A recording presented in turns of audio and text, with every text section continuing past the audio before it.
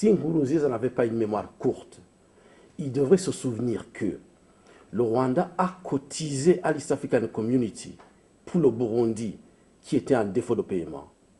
Si ce monsieur n'avait pas une mémoire courte, il devrait se souvenir que même les forces qui ont été déployées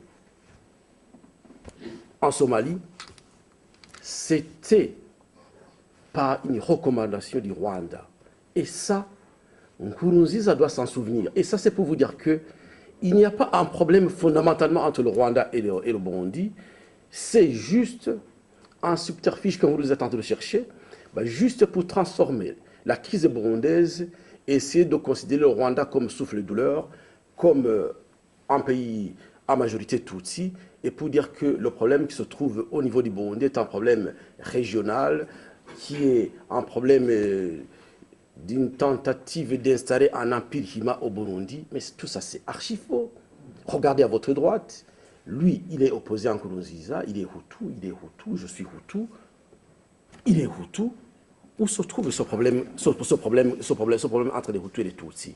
C'est juste une campagne qu'il est en train d'orchestrer parce qu'effectivement, comme l'honorable Léonard Nyangma l'a dit, il est en perte de popularité.